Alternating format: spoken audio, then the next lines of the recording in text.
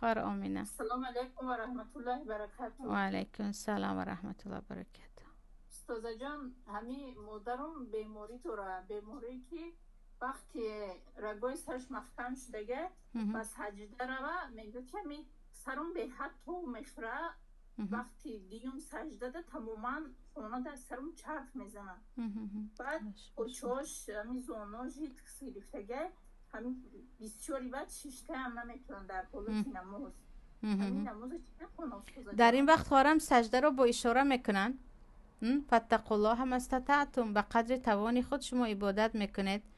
در جای نشستهشان، یعنی رکوع هم در سجده که سرشان توپ میخورد، در رکوع هم طبیعی است، در فقط با اشاره، نشستگی با اشاره، در رکوع یک کمی خمتر، در سجده بعضی حتی بالای استولچه یا یگان میز سرخم میکنند، با اونم بوکه ندارد، با اشاره بخواند. الله با خبر است که بیمار هستند. به قدر توان خود عبادت میکنید.